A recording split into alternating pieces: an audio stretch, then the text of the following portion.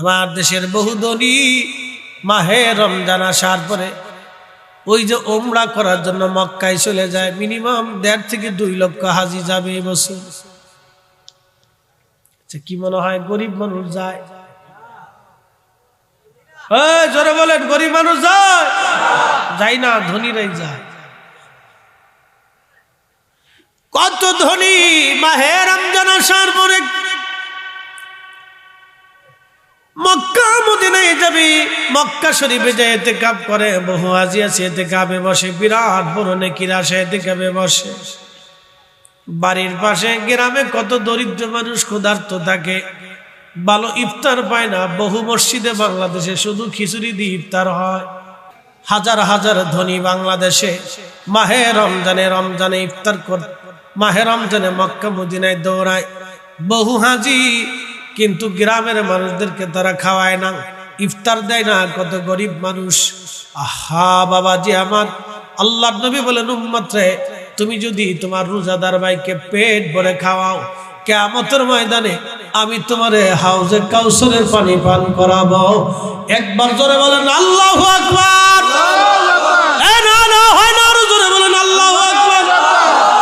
হাউজে কাউসারের পানি তোমারে পান করাবো। ওই হাউজে কাউসারের পানি আল্লাহ বলেন, ইন্না আতাইনা কাল কাউসার। নবী গো, কাউসার আপনাকে দিয়ে দিলাম। কাউসার কি? সাহাবীরা বলেন, হুজুর হাউজে কাউসার কি? বলে, কাউসার হলো জান্নাতের একটা নদী। নদীর নিচ দিয়ে থাকবে জহরত মণিমুক্তা দিয়ে বানানো। নদীর পানি হবে মিষ্কের চাইতে গ্রান, দুধের চাইতে সাদা, মধুর চাইতে মিষ্টি। আর এই নদীর 2 ধারে থাকবে স্বর্ণ দিয়ে নির্মাণ করা। পান পেয়ালা জমরত মণিমুক্তা দিয়ে বানানো থাকবে। আকাশের যত নক্ষত্র হবে, পান পেয়ালা পেয়াগুলি তত নক্ষত্র সমতুল্য হবে। সাহাবীরা রে, এই জান্নাতের নদীটা হাসরের ময়দানে, কিয়ামতের ময়দানে আল্লাহ প্রবাহিত করাবে। সাহাবীরা রে, এই নদীর পাশে পাখি থাকবে এত সুন্দর, যা চোখ কোনোদিন দেখে নাই, হৃদয় কখনো কল্পনা করে নাই। এত সুন্দর। আমি মেরাজের রাত্রিবেলা জান্নাত ঘোরার সময় আমি নবী নিজে হাউজে কাউসারের পানি হাতে হাতে আসছি। এত সুন্দর পানি। সাহাবীরা রে, কিয়ামতের ময়দানে আমি 1 পেয়ালা পানি পান করাবো। বেহেশতে যাওয়ার আগ পর্যন্ত আমার উম্মতের আর কখনো পিপাসা লাগবে না, লাগবে না, লাগবে না, লাগবে না। এই হাউজে কাউসারের পানি যদি পান করতে চান, রোজাদাররে পেট ভরে খাওয়ান, রোজাদাররে পেট ভরে খাওয়ান। আমি এক চাচা হাজিরা বললাম, চাচা কত বছর মক্কায় আসলেন? বলে, বাবারা 8 বার হইল। আমি বললাম, কাকেরে 8টা বারে কত খরচ? বলে, শাশুড়ি নিয়ে 20 লক্ষ খরচা হয়ে গেছে। আমি বললাম, কাকা বাড়ির পাশে কি সদর হসপিটাল নাই? কয়ে আছে। আমি বললাম, কত মা টাকার অভাবে ওষুধ কিনতে পারে না, কত মা টাকার অভাবে ডাক্তার দেখাইতে পারে না, কত বাবা টাকার অভাবে রমজান মাসে খাইতে পারে না, কত বাবা টাকার অভাবে ইফতার ভালো করতে পারে না। ও বাবারে, আল্লাহ পাওয়ার জন্য মক্কা মদিনায় বারবার আসলেন গো বাবা, আল্লাহ পাওয়ার জন্য মক্কা মদিনায় বারবার আসছেন। আমি বললাম, বাড়ির পাশের অসুস্থ লোকদের যদি চিকিৎসা করাইতেন, গরিব মানুষের ঘরে যদি খাবার পাঠাইতেন, আল্লাহ খোঁজার জন্য মক্কা মদিনায় আসা লাগতো না। আল্লাহ আপনি ঘরের ভিতরে থেকে পেয়ে যাইতেন। ইউসাব্বিহু লিল্লাহি মা ফিস সামাওয়াতি ওয়া মা ফিল আরদ। আসমান জমিনের ভিতরে এমন কোন সৃষ্টি নাই রে যে সৃষ্টি আল্লাহ জিকির না করে। এমন কোন সৃষ্টি নাই রে যে সৃষ্টি আল্লাহ জিকির না করে। শুধু গাফেল মাত্র মানুষ, মানুষ, মানুষ খুদার জিকির করতে তারা চায় না, খুদার জিকির তারা করতে চায় না। শুধু গাফেল মানুষ আর মানুষ। হযরতে মুসা কালিমুল্লাহ, হযরতে সুলাইমান আলাইহিস সালাতু ওয়াস সালাম উম্মতের এসে বলল, নবী গো, বহুদিন ধরে বৃষ্টি হয় না, আপনি দয়া করে আল্লাহর কাছে দোয়া করে দেন যাতে আসমান থেকে বৃষ্টি হয়। সুলাইমান নবী বলেন, উম্মতেরা রে, তাহলে আসো আমরা সবাই মিলে বিরাট বড় প্রান্তরে একত্রিত হয়ে আমরা সালাতুল ইস্তিসকার নামাজ পড়ি, আল্লাহর কাছে দোয়া করি যেন আমার আল্লাহ আমাদের দোয়া কবুল করে বৃষ্টি দেয়। হযরত সুলাইমান নবী রওনা করলেন। আল্লাহ নবী সহিহ বুখারীতে বর্ণনা করতেছেন, ইমাম ইবনে কাসির আল বাদায়াতে বিশুদ্ধ সনদে লেখেন, সুলাইমান আলাইহিস সালাম রওনা করলেন উম্মত নিয়া। কিছু দূর যাওয়ার পরে দেখে সুলাইমান একটা ব্যাঙ দুই পায়ের উপরে ভর দিয়া, ব্যাঙের দুইটা হাত আল্লাহর আসমানে বাড়াই দিয়া আল্লাহরে বলে, ইয়া রাব্বি, আমরা রে ব্যাঙ বানাইছো, পানি ছাড়া বাঁচতে পারি না আল্লাহ, পানি ছাড়া ভালো লাগে না, বহুদিন তুমি বৃষ্টি দাও না গো আল্লাহ। আল্লাহ আমরা রে ব্যাঙ বানাইছো, তোমার মাখলুক বানাইছো আল্লাহ, তুমি বৃষ্টি না দিলে কোথায় বৃষ্টি পাবো আল্লাহ। আল্লাহ বৃষ্টি দিয়ে আমাদের কলিজা ঠান্ডা বানাও, বৃষ্টি ছাড়া আমরা ব্যাঙ বাঁচতে পারি না আল্লাহ, পানি দাও। ব্যাঙ দুইখানা হাত বাড়াই দিয়ে আল্লাহর দরবারে আল্লাহ পানি দাও, পানি দাও, পানি দাও। সুলাইমান এই দৃশ্যখানা দেখে মুস্কি মুস্কি হাসে।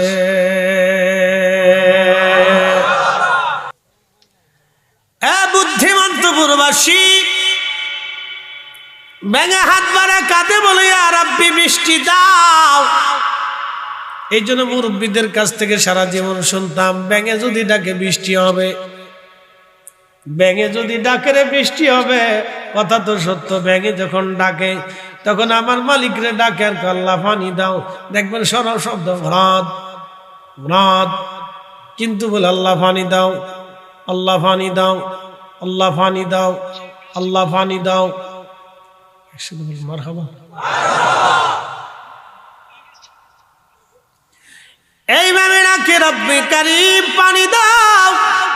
সুলাইমান ডাক দেখে উম্মতেরা, সালাতুল ইস্তিসকার নামাজ পড়া লাগবে না রে, ফিরে চল, ফিরে চল, কবুল হয়ে গেছে। বলে হুজুর নামাজও পড়লাম না, দোয়াও করলাম না, বৃষ্টি কেমনে হবে?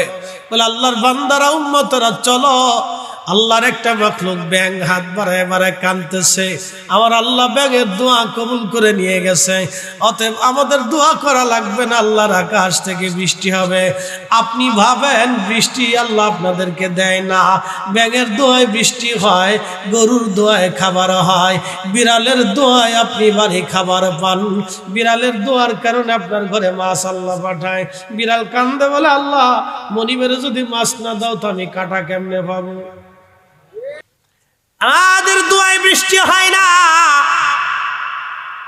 মাখলুকের কান্নার কারণে আল্লাহর আকাশ থেকে বৃষ্টি হয়, আমাদের দোয়ায় সবসময় বৃষ্টি হয় না। আল্লাহু আকবার। নবী সুলাইমানকে আল্লাহ পশু পাখি প্রাণী কুলের ভাষা শিক্ষা দিয়েছিলেন। পশু পাখিরা কি বলতো সুলাইমান আলাইহিস সালাম শুনতেন, জানতেন, বুঝতেন। সব নবীদেরকে আল্লাহ যত মুজিজা দিয়েছে, সব নবীদেরকে আল্লাহ যত মুজিজা দিয়েছে, আমার নবীকে আমার আল্লাহ তার চাইতে 70 গুণ বেশি দিয়েছে। না না হয় না, কৃপণতা হচ্ছে, জোরে বলেন আল্লাহু আকবার।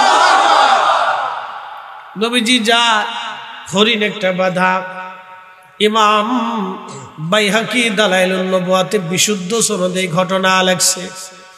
বাংলাদেশের কিছু সূরা আছে, কিছু সূরা মৌলবী কয় জাল হাদিস, ওর জালের গোষ্ঠী কিলাই রে বেটা, নবীর মুসম্মান আর মুজেজার কথা আসলে খালি জাল হাদিস টুকায়।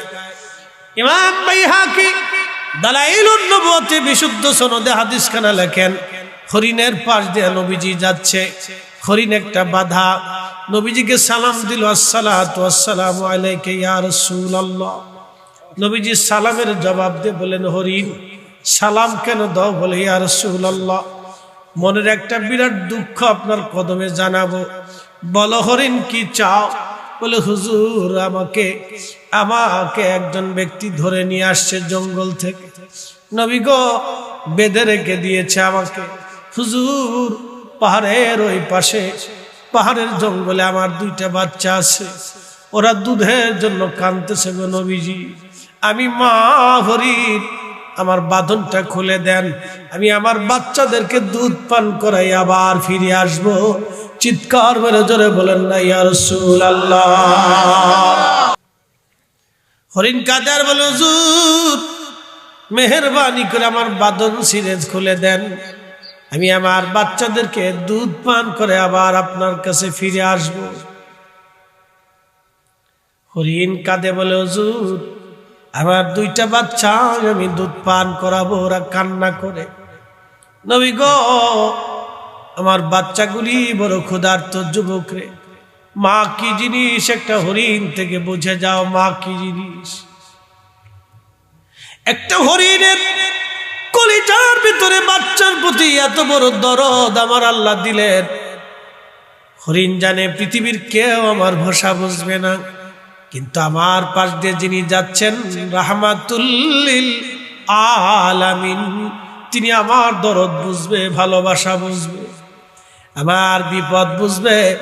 এই জন্য দুনিয়ার মাখলুক যারা আছে তাদেরকে আদর করতে হয়। আপনি যদি আপনার বাড়ির গরুটাকে আদর না করেন, মারেন, পিটান, কিয়ামতের ময়দানে সে আল্লাহর দরবারে আপনার বিরুদ্ধে মামলা করবে। আপনার বাড়ির পশু পাখিরে যদি আদর না করেন, খাবার যদি না খাওয়ান, কিয়ামতের ময়দানে মামলা করবে।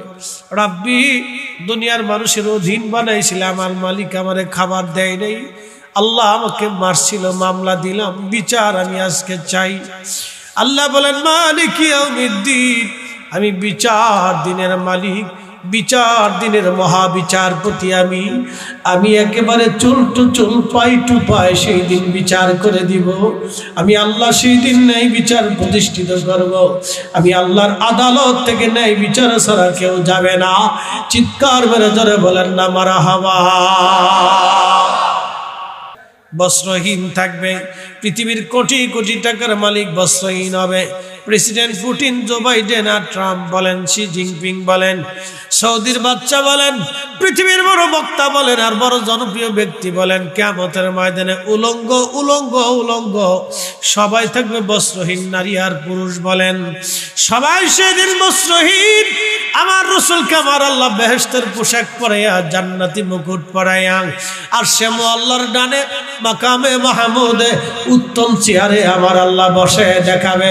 হাসরবাসী দেখ, মানব জাতি দেখ, ও জিন জাতিরা দেখ, ও ফেরেশতা জাতি দেখ, ও মাখলুকরা দেখ, আমি আল্লাহর পছন্দের মেহবুব, আমার হাবিব, আমার বন্ধু, আমার নবী, আমি তার আজকে মহা সম্মান দিয়ে উত্তম মুকুট পরাইয়া, জান্নাতের শ্রেষ্ঠ পোশাক পরাইয়া, আমি আরশে মুআল্লার ডান পাশে মাকামে মাহমুদের স্থানে বসাইয়া আমি আমার নবীকে আজকে সম্মান দিলাম। তোরা দেখ দেখ, নজদির দলেরা আমার রসুলের ইজ্জত নিয়ে তোরা দুনিয়াতে সিরিমিনি খেলছিলি, আমার রসুলের শানকে তোরা ছোট ছোট করে দেখেছিলি, আজকে তোরা দেখ আমি আল্লাহ আমার রসুলের সম্মানকে কত বুলন্দ করে দিয়েছি। আজকে এই স্থানে কারো আসার অনুমতি নাই, পৃথিবীর সব আজকে আমার সামনে মাথা নত করে পড়ে থাকবে। আমার রসুলকে আমি আল্লাহ মর্যাদা, মহা সম্মানে, মহা ইজ্জতে, মহা সম্মান দিয়ে রাখছি।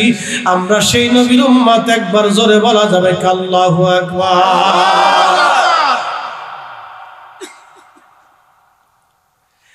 আমরা সেই নবীর উম্মত, তোমরা সেই নবীর উম্মত, বিড়ি টানা উম্মত।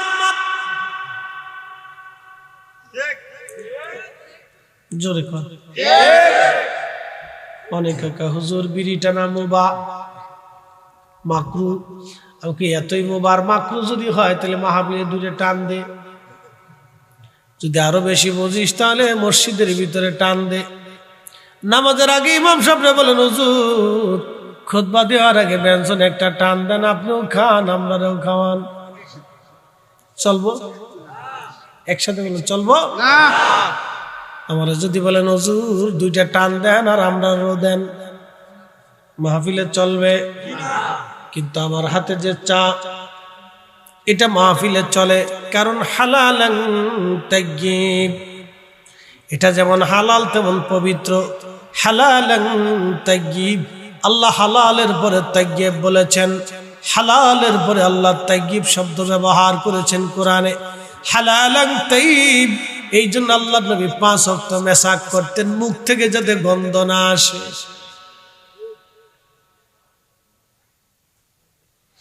5 ওয়াক্ত মেসাক করতেন, নামাজের আগে যাতে মুখ থেকে গন্ধ না আসে, দুর্গন্ধ ছড়িয়ে না যায়। আল্লাহর নবী এত পবিত্র থাকতেন। আল্লাহর নবীর পবিত্র ঘাম থেকে মিশকাম্বরের ঘেরান আসতো, নবীজির থুতু মুবারক থেকে মিশকাম্বরের ঘেরান আসতো, আল্লাহর নবীর পেশাব মুবারক থেকে মিশকাম্বরের ঘেরান আসতো, আল্লাহর নবীর চাদর থেকে মিশকের ঘেরান আসতো, আল্লাহর নবীজির জুব্বা থেকে মিশকের ঘেরান আসতো, আল্লাহর নবীর শরীর মুবারক থেকে মিশকের ঘেরান আসতো।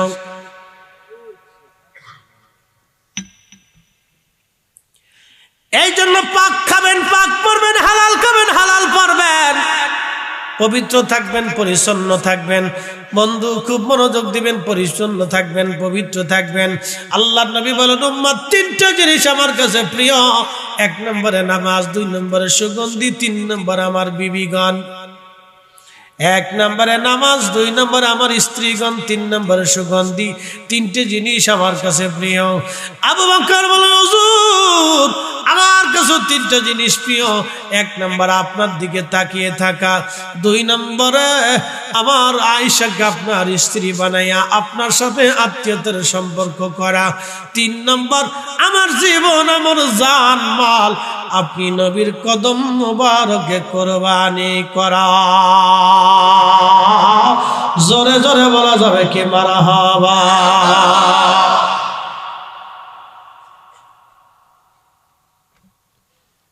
হরিণ কাদের বলে, হুজুর আমি জানি আপনি ছাড়া আমাকে কেউ আজ বাঁচিয়ে আমাকে ছাড়বে না গো নবীজি। একটা লোক আমাকে ধরে এনে বেঁধে রাখছে, নবী গো আমার বাচ্চা 2টি না খাওয়া আছে।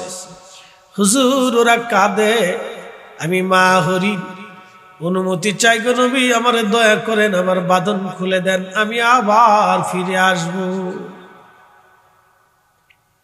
মা কি জিনিস এখান থেকে বুঝে যান, মা কি জিনিস। আহা, মা এমন এক দরদের জিনিস, মা এমন এক নিয়ামত সন্তানের জন্য। 25 বছর ধরে মা আপনাকে 3 বেলা রান্না করে খাওয়াইছে, বিনিময় 25 দিনও আপনি মা রান্না করে দেন নাই।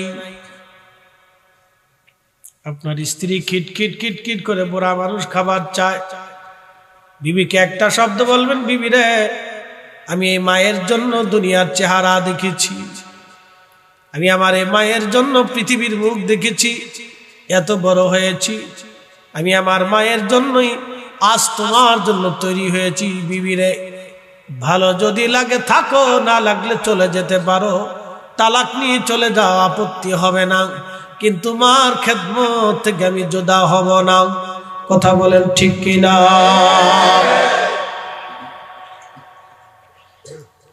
স্ত্রীকে আগে বোঝানোর চেষ্টা করবেন, আগে আঘাত করবেন না, তাকে আগে বুঝাবেন। যদি বুঝে না আসে তাহলে বিছানা কথা বন্ধ করে দিবেন। যদি তাতেও বুঝে না আসে বিছানা আলাদা করে দিবেন। যদি তাতেও আপনার স্ত্রী বুঝ না আসে তাহলে মুরব্বীদেরকে ডেকে তালাক নিয়ে আলাদা জুদা করে দিবেন।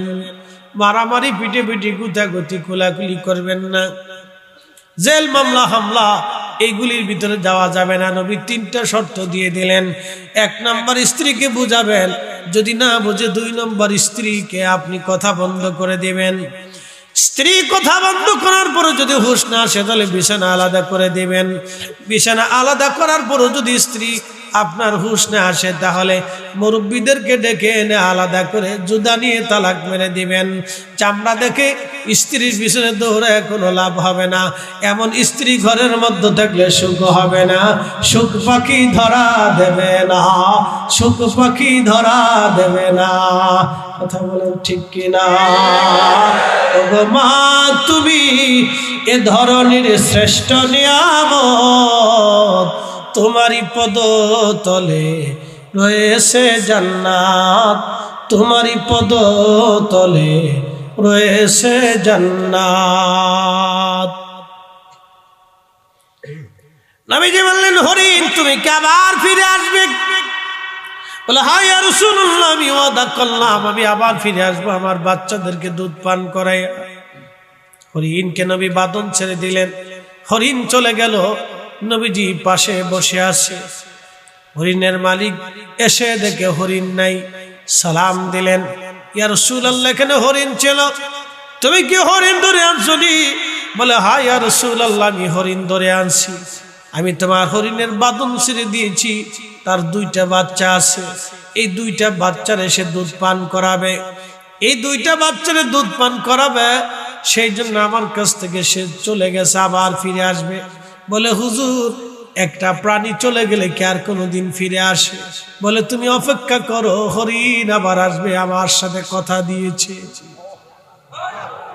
আসতে হয়ে গেল না? জোরে বলে। আরে মানুষ বেঈমানি করে কিন্তু প্রাণী বেঈমানি করে না, প্রাণী বেঈমানি করে না।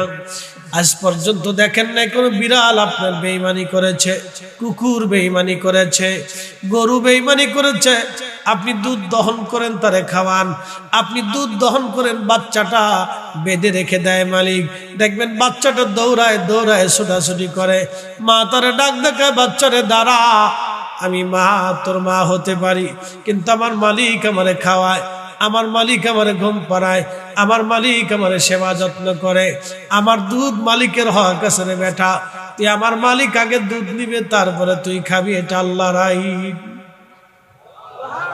দেখবেন গরু লাথি দেয় না আপনাকে, যদি আপনি আল্লাহর আইন যদি না থাকতো তাহলে গরু আপনাকে লাথিয়ে পিটিয়ে গুতাইয়া আপনারা সানিয়া দিয়ে তারপরে গরু চলে যাইতো। গরু আল্লাহর আইন আপনারা দুধ দেয়, যদি এতই দুধ আপনার দরকার হয় তাহলে বাঘের দুধ দোয়াই দেখেন কেমন লাগে।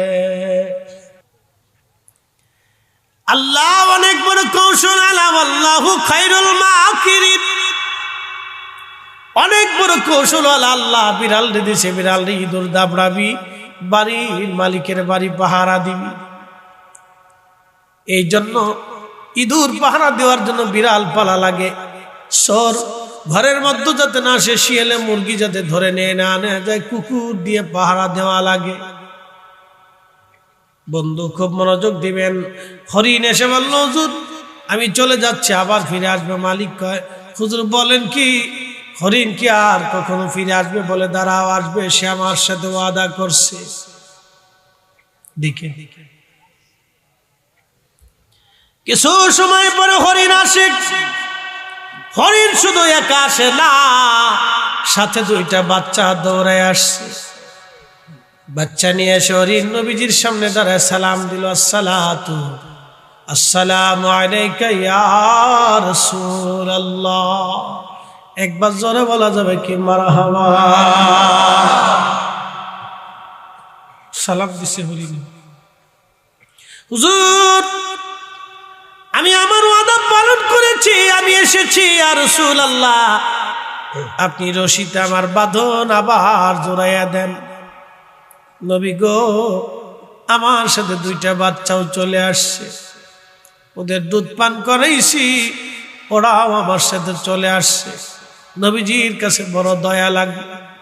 মালিক রে দেখছো হরিণ তার বাচ্চা নিয়ে আবার ফিরে আসছে, তোমার কি দয়া হয় না গো? ছেড়ে কি দিতে পারো না? মুক্ত করে দাও। মালিকেরও মনে মায়া লাগলো, বলি ইয়া রাসূলুল্লাহ হরিণ আপনার সাথে ওয়াদা পালন করেছে, প্রিয় নবী আমি হরিণকে মুক্ত করে দিলাম। হরিণকে নবী বলেন হরিণ চলে যাও তোমার বাচ্চা নিয়ে, তোমাকে মুক্ত করে দেওয়া হলো। হরিণ সালাম দিয়ে দি খুশি মনে বাচ্চা নিয়ে, হরিণ আনন্দ চিত্তে লাফায় লাফায় বাচ্চা নিয়ে জঙ্গলের মধ্যে চলে গেল। তিনি আমাদের নবী রাহমাতুল লিল আলামিন। একবার জোরে বলা যাবে কি ইয়া রাসূলুল্লাহ?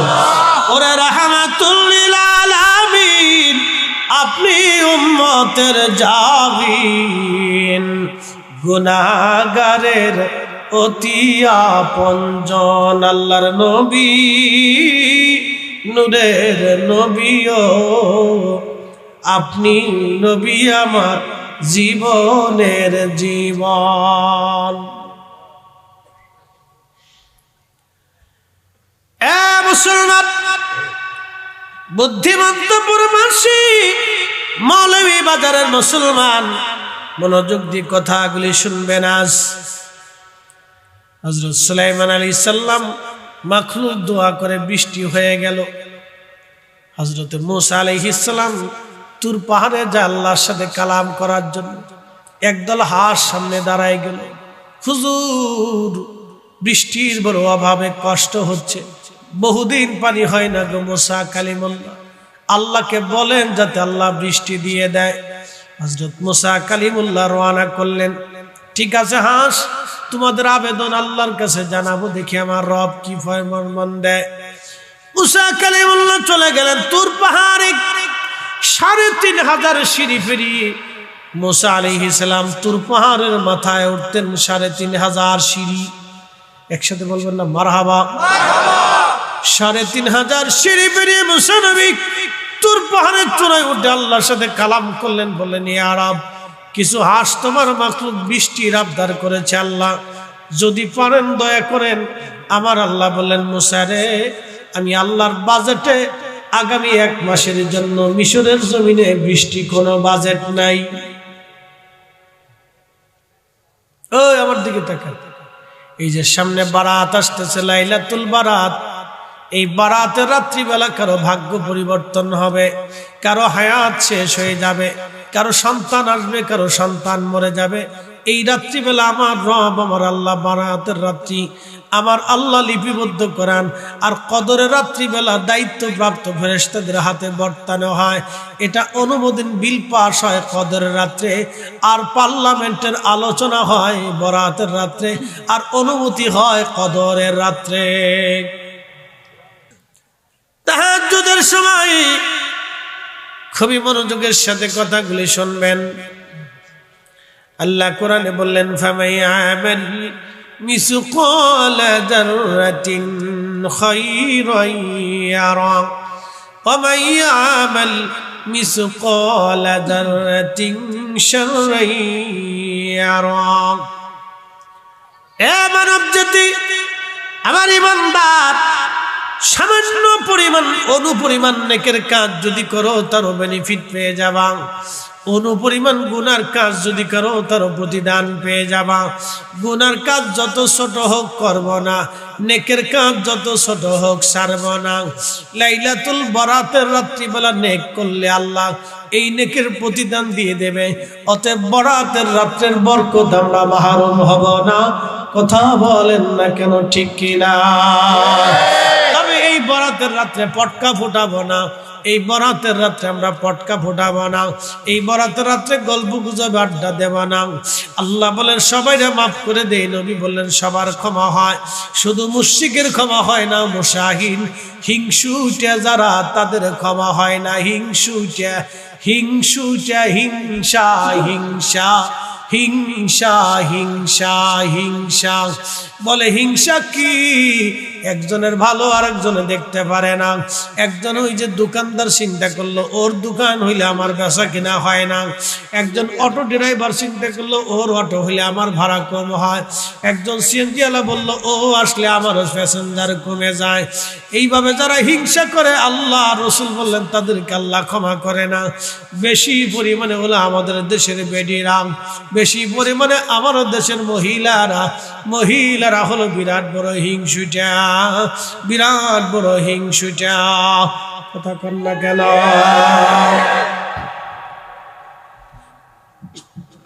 বুঝছনি ওয়াজ? বেডিরা হিংসুটে বেশি, শিখে যা। মহিলারা হিংসুটে বেশি। বলে কেমন? একদম চামচ লইয়া, অদূর ডিম লইয়া, সামান্য জিনিস নিয়ে হিংসা করে, ঝগড়া করে, বিবাদ বাঁধায়। হিংসা, এই হিংসার কারণে আল্লাহ তাকে মাফ করে। আল্লাহ এই রাত্রে সবাইকে মাফ করে দেয়, মুশরিক এবং হিংসুটিকে আল্লাহ মাফ করে। এবং যারা নেশা করে আল্লাহ তারও মাফ করে না। যদি তওবা করে তাহলে মাফ করবে। নেশা করে আল্লাহ মাফ করে না। যারা গাঁজা খায়, বাবা খায়, ইয়াবা খায়, হিরিঞ্চি খায়, মদ খায়, এদেরকে আল্লাহ মাফ করে না। তবে যদি তওবা করে তো মাফ হবে। কষ্ট হচ্ছে আপনাদের? একসাথে বলি না আল্লাহু আকবার। এই রাতের ইবাদত চলবে কি চলবে না? হবে কি হবে না? আল্লাহর নবী যা বলছে আমরা তাই মানি। কথা বলেন ঠিক কি না? কোন মৌলবীর ফতোয়ার দিকে তাকানোর সুযোগ আমাদের। আল্লাহ বলছেন বেনিফিট দিবে তো এই রাতেও দিবে, এই রাতের পরের রাতেও দিবে। কথা ঠিক আছে না? সারা রাতে, সারা জিন্দেগি, সারা জীবন তাহাজ্জুদের নামাজে দাঁড়ায় গেলে এই রাতেও ফজিলত আল্লাহ দিয়ে দেবে। অতএব বরাতের রাত্রে আল্লাহ একটা আলাদা মর্তবা দিছে, অতএব এটার বরকত আছে। হযরতে মুসা কালিমুল্লাহ চলে আসলেন, তিনি হাঁসের দল মুসা নবীর সামনে দাঁড়ায় গেলেন। নবী গো, আমরা বৃষ্টি চাইছিলাম, আল্লাহর কাছে বলছেননি। হাঁসের আরে রবের কাছে বলছি বৃষ্টির কথা, আল্লাহ বলে দিয়েছেন আগামী 1 মাসে কোনো বৃষ্টি নাই। তখন হাঁস জিকির করতে লাগলো, আমার সাথে পড়েন আলহামদুলিল্লাহি রাব্বিল আলামিন। আমার সাথে জোরে পড়েন আলহামদুলিল্লাহি রাব্বিল আলামিন। আর জোরে পড়েন আলহামদুলিল্লাহি রাব্বিল আলামিন। হাঁসের দলে জিকির শুরু করে দিল, সমস্যরে একসাথে জিকির করলো আলহামদুলিল্লাহি রাব্বিল আলামিন। কিছু সময় পরে মুসা নবী বাড়ি যাওয়ার সময় দেখে রে আল্লাহর আকাশ জোরে কালো মেঘ জমে গেল। হঠাৎ করে গুরুম করে আওয়াজ দিল, আর অজর দ্বারা বৃষ্টি শুরু হয়ে গেল। বৃষ্টি এত পরিমাণে নামলো, হাঁটু পর্যন্ত বৃষ্টিতে ভরে গেল। ওই হাঁসের দল সাঁতরে মুসা কালিমুল্লাহর সামনে এসে বলল, নবী গো, আপনি না বললেন আগামী 1 মাসে বৃষ্টি হবে না, আল্লাহ এত পরিমাণে বৃষ্টি কেন দিল গো? মুসা নবী লজ্জা পেয়ে গেছে, বলো কি? কথা তো সত্য। আল্লাহ আমাকে বললো বৃষ্টি বাজেট নাই, আবার বৃষ্টি দিয়ে দিল। আল্লাহ কারণ কি? আল্লাহ সাজদা করে আল্লাহ একটা মাখলুকের সামনে নবীরে লজ্জা দিয়ে ফেললে। আল্লাহ তুমি বৃষ্টি কেন দিলা? আল্লাহ ডাক দেখে মুসারে, যখন হাঁসের দলের তুমি বলছো বৃষ্টি হবে না, তখন তারা কি বলেছিল? বলেছে আলহামদুলিল্লাহি রাব্বিল আলামিন। এ মুসা, বৃষ্টি নামক নিয়ামত না পাইয়া আমার হাঁসের দলেরা আমার জিকির শুরু করলো, আমার হাম করলো, প্রশংসা করলো, কৃতজ্ঞতা আদায় করলো।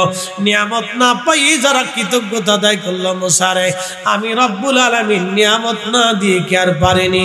আমার রহমতের দরিয়ায় জোশ লেগে গেছে রে মুসা, আমি আল্লাহ তাদেরকে বৃষ্টি দিয়ে দিছি। একসাথে বলেন আল্লাহু আকবার। এই সমস্ত কাজে প্রশংসা হবে কার?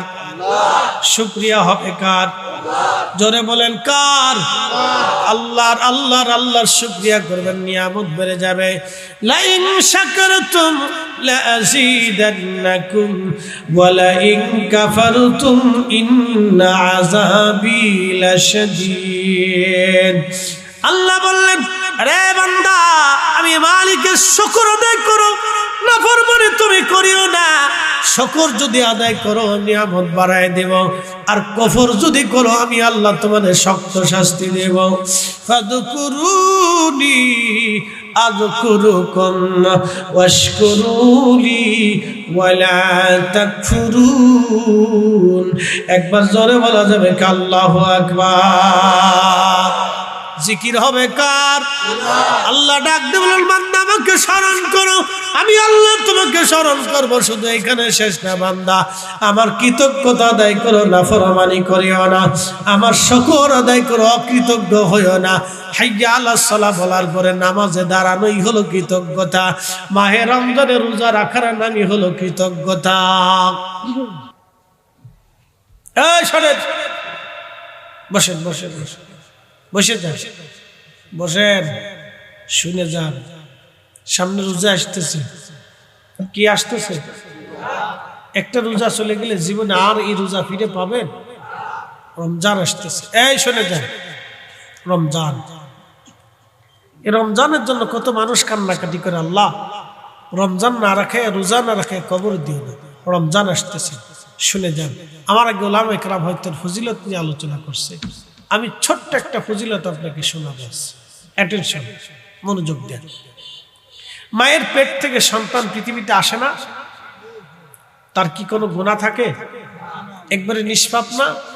মাহে রমজানে কেউ যদি ঈমান ও ইহতিসাবের সাথে রোজা রাখে এবং তারাবির নামাজ আদায় করে, আল্লাহর নবী বললেন, ও আমার উম্মত, মাহে রমজান শেষ হওয়ার আগে আল্লাহ একবারে শব্দ ভূমিষ্ঠ হওয়া একজন সন্তানের মতো নিষ্পাপ আল্লাহ বানায় দেয়। নবী বললেন, উম্মত রে, তোমরা মাহে রমজানে তোমার রোজাদার ভাইকে তুমি ইফতার করাও, সম্ভব হলে এক পেয়ালা পানি দিয়ে করাও, যদি তা না পরে একটা খেজুর, তুমি সম্ভব হলে এক পেয়ালা দুধ দিয়ে করাও, যদি তা না পরে একটা খেজুর দিয়ে করাও, যদি তা না পারো তাহলে এক পেয়ালা পানি দিয়ে করাও, তারপরও আল্লাহ তোমাকে একটা কবুল রোজার নেকি লিখে দেবে। আল্লাহ নবী বলেন, উম্মত, যদি তোমার রোজাদার ভাইকে তুমি পেট পুড়ে আহার করাও তাহলে আল্লাহ তোমাকে হাউজে কাউসার খাওয়াবে। কোন পানি? জোরে বলেন। ইন্না আ'তাইনাকাল কাউসার। এ বুদ্ধিমন্তপুরবাসী, হাউজে কাউসারের পানি পান করাবে আল্লাহ যদি রোজাদারকে আপনি পেট ভরে খাবার খাওয়ান, ইফতার করান। খাওয়াবেন, বেশি বেশি খাওয়াবেন রোজাদার রে। খালি আমাদের দেশে উল্টে কাজ, আসল কাজে খালি নকল কাজে ব্যস্ত, আসল কাজে।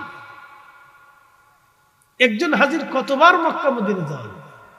একবার হলো ফরজ, বাকি যা আসবে সব নফল। ইচ্ছা হলে যাবে, না হলে যাবে না। কেন বারবার যেতে হবে?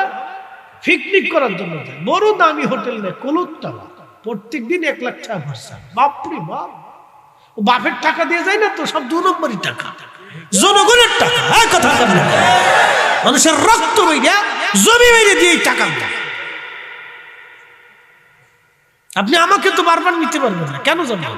আমার অনেক কষ্টের রুজি, রাত জাগা রুজি, শত শত মাইল গাড়ি দাবড়ায় রুজি করি, শত শত মাইল দাবড়ায় গাড়ি রুজি করি। জানেন, ঢাকা থেকে আসতে যাইতে জীবনের শেষ কথা হয়ে যাওয়া লাগে, এত সহজ। 2 দিন আমাদের সাথে জার্নি করে দেখে চেহারা ফ্যাকাশে হয়ে যায়।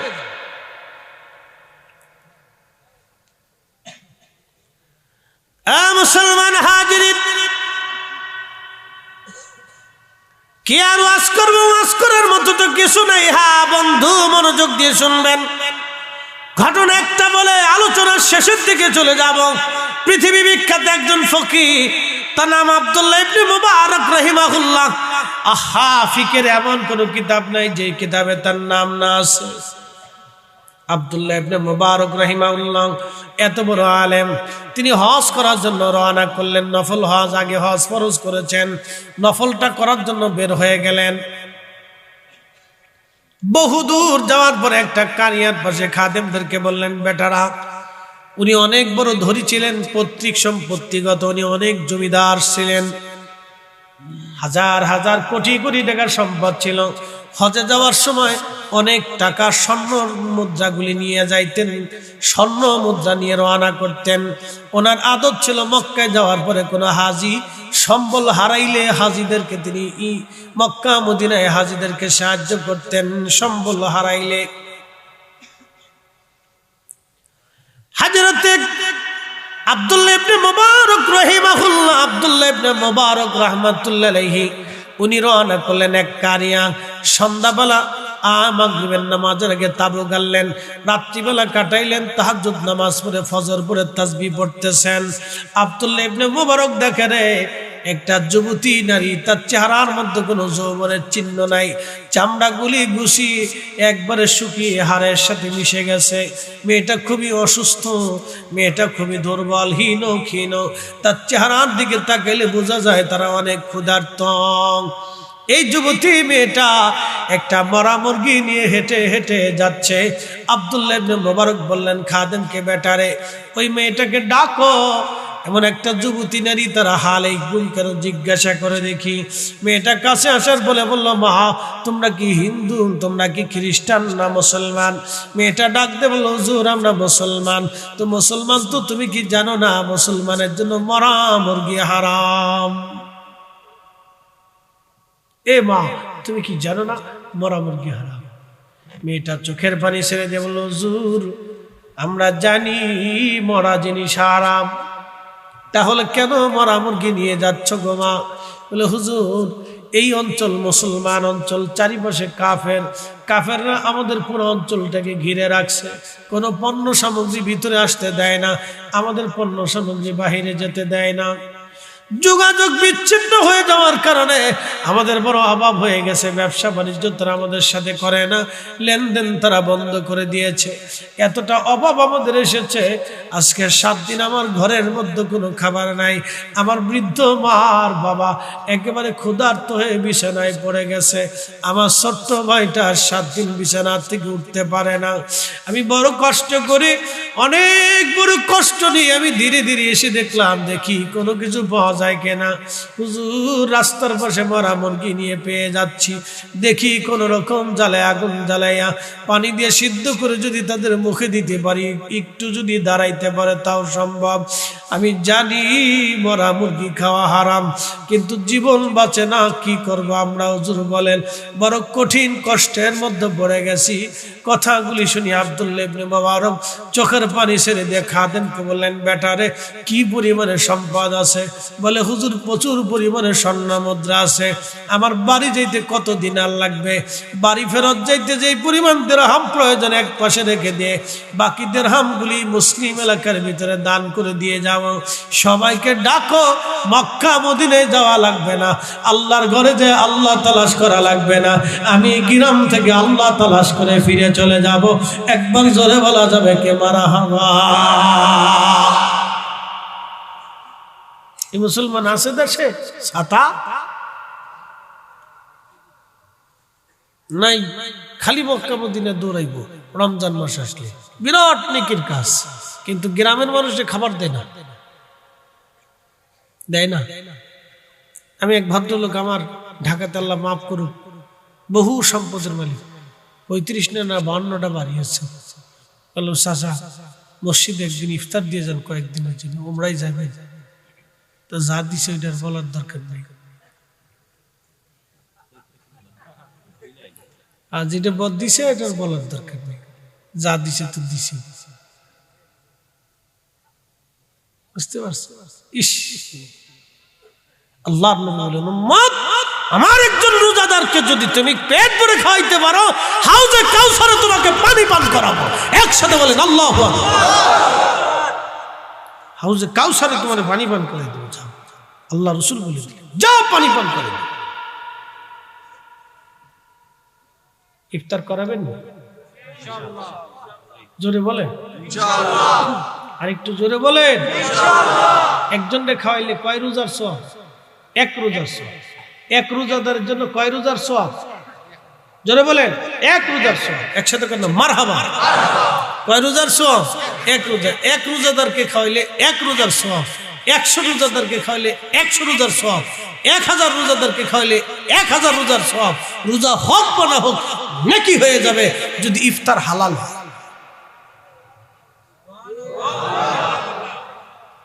খাওয়াইবেন, খাওয়াইবেন, রোজাদারকে খাওয়াবে। যদি সম্ভব হয় তো গরিব মানুষ ডেকে এনে খাওয়াবে। যদি সম্ভব হয় গরিব মানুষ ডেকে এনে খাওয়াবে, আর না হলে গোপনে বাড়িতে খাবার দিয়ে আসবে। শেষ, ওয়াজ শেষ, বাইর চলে যান। বাইর চলে যান, আর ওয়াজ দরকার নেই, বহুত ওয়াজ হয়েছে। শেষ করে দেবো ইনশাল্লাহ রাত 3টে বাজে। জিকির হইতো ঠিক আছে, আমরা একটু নবীজিকে সালাম দিব, তারপরে জিকির হইব ইনশাল্লাহ। আল্লাহ কবুল করুন। আসেন নবীজিকে দাঁড়ায় সালাম জানাই। ইয়া নবী সালাম আলাইকা, ইয়া রাসূল সালাম আলাইকা, ইয়া হাবিব। আল্লাহু আকবার ওয়ালিল্লাহিল হামদু। বিসমিল্লাহির রাহমানির রাহিম।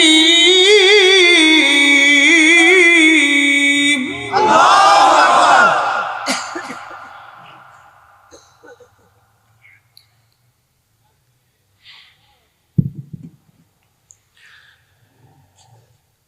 الشمس والقمر بحسبان والنجم والشجر يسجدان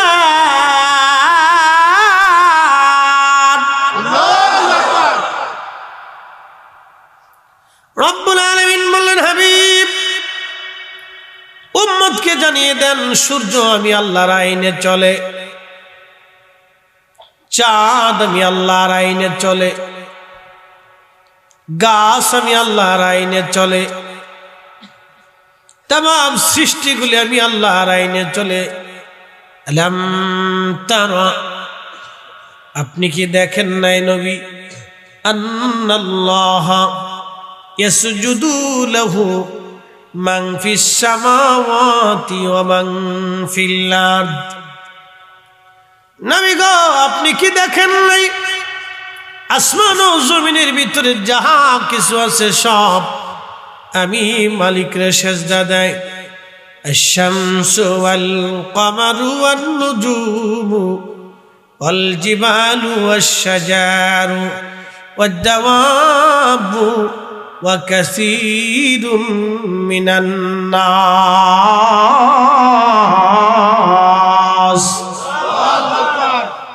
কখনো তোমাকে যদি ভুলি, হেদায়েতের আলো জেলে নিয় কাছে তুলি, ঠাহি দিও প্রিয়তম অগমহিয়ান, তুমি রহমান তুমি মেহেরবান। অন্ধ গাহে না শুধু তোমারি গুণগান, অন্ধ গাহে না শুধু তোমারি গুণগান, বুঝেও বুঝে না তবু শান, তুমি রহমান তুমি মেহেরবান।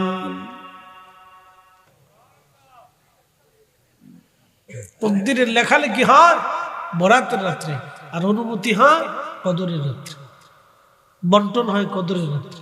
দুটো রাতই খুব গুরুত্বপূর্ণ।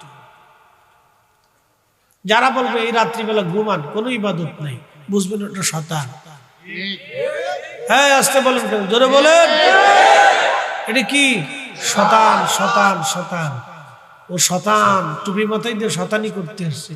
আজাজিলে কয়, চাচা তুই থাকতে আমার কোনো আর চিন্তা নেই, তোর মতো এরকম দোস্ত আগে ছিল নাকি? এই 1400 বছর পরে তোরা কোথার থেকে আমদানি করলি? 1400 বছর ধরে মুসলমানরা এই রাত্রিবেলা ইবাদত করলো, তো আমার সাথে তোরা বড় শয়তান রে। আসতে বলেন, জোরে বলেন, তোরা আমার চাইতে বড় শয়তান। তোরা যে কাজ করে দিলি টুপি মাথায় দিয়ে, আমি সারা জীবনে পারছি না সে কাজ। বাংলাদেশের কত মসজিদ যে তালা মারা হবে তার হিসাব নাই। আরে আল্লাহর ঘর মসজিদ যদি বরাতের রাত্রে তালা মারা হয়, সেই তালা ভেঙে দাও, ওই কমিটি জুতা দিয়ে বাইরে মসজিদ থেকে তাড়ায় দাও। নাফরমান বেদাতের দোহায় অসংখ্য মুসলমানের ঈমানকে নষ্ট করতেছে। বেদাতের দোহাই দিয়ে এই রাত্রের ক্ষমা থেকে অসংখ্য মুসলমানকে মাহরুম করতেছে বেদাতের দোহাই দিয়া। শয়তানের চিন্তা করে, বাপ কত বড় সিটার, 9 লক্ষ বছর খোদার ইবাদত করছি, সিটারি করিনি, আর 60 বছরের জিন্দিগি পেয়ে কত বড় সিটারি শুরু করছে। ওরা আমার ফেল করে ফেলছে। এই রাত্রের ফজিলত নিয়ে 13টা হাদিস আসছে, জয়ীফ সহি হাসান দিয়ে 13টা হাদিস। একসাথে বলবেন না মারহাবা। 13 জন সাহাবী থেকে হাদিস বর্ণিত হয়েছে। 13 জন সাহাবী কি মিথ্যা বলতে পারে ভাই? একসাথে বলবেন, কথা বলেন, জোরে বলেন। 13 জন সাহাবী একটা রাতের মর্যাদা নিয়ে বক্তব্য দিল। শয়তানের দল 1450 বছর পরে এসে বেদাতের দোহাই দিয়ে মসজিদ তালা মারি থুয়ে দিছে। তালা ভেঙে দাও, আর ও কমিটি জুতা দিয়ে বাইরে মসজিদ থেকে তাড়ায় দাও। তাই আসতে বলেন, কেন জোরে বলেন। ওরা আজ পর্যন্ত একটা পতিতালার তালা লাগাইতে পারে নাই। একটা এনজিওর দোকানে তালা মারতে পারে না, ওরা খোদার ঘর মসজিদে রাতের রাত্রে তালা মারে। ও শয়তান, কথা বলে ঠিক কিনা? ওরা আল্লাহ মসজিদ তালা দেওয়ার জন্য টেন্ডার দেয়নি, এই টেন্ডারে আল্লাহ ওকে দেয় না। এগুলো আসছে মুসলমানদের ভিতর বিভেদ তৈরি করে অশান্তি, বিশৃঙ্খলা, ফাসাদ সৃষ্টি করার জন্য।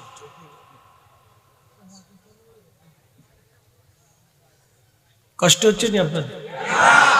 হইতো না আর হইতো 1 ঘন্টা হয়ে গেছে, কিন্তু সারা রাত হইতো নি। তাহাজ্জুদের সময় চলে কখনো যদি কোন হইতো। আল্লাহু আকবার, আল্লাহু আকবার, ওয়ালিল্লাহিল হামদু, বিসমিল্লাহির রাহমানির রাহিম।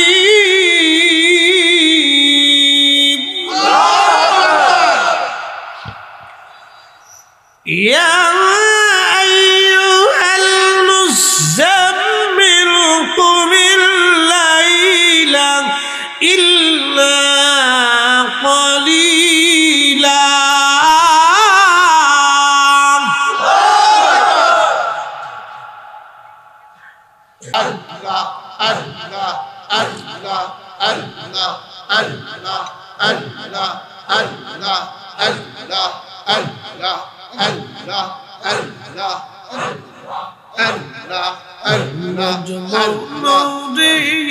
ডুবলো বেলা দেখনা চাহিয়া।